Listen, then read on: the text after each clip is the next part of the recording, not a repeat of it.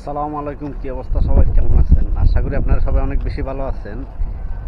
এই দেশে এত এত গরম পড়ে বলার মতো না। মানে কি বলবো ভাই, অনেক গরম এই দেশে। যদি আপনার এসি যদি না থাকতো না, মানুষের অবস্থা পুরো খারাপ হয়ে যায়। মানুষ মনে হয় পুড়িয়ে যেত, কথা বলছি শুটকিয়ে যেত আর কি। এত গরম পড়ে। এখন জুলাই মাস চলে, এখন এই মাসটায় বেশি গরম পড়ে, মানে বলার মতো না ভাই।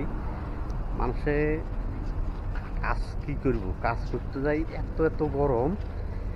গরমের লাই মানুষের কাজও করতে পারে না, যে গরম।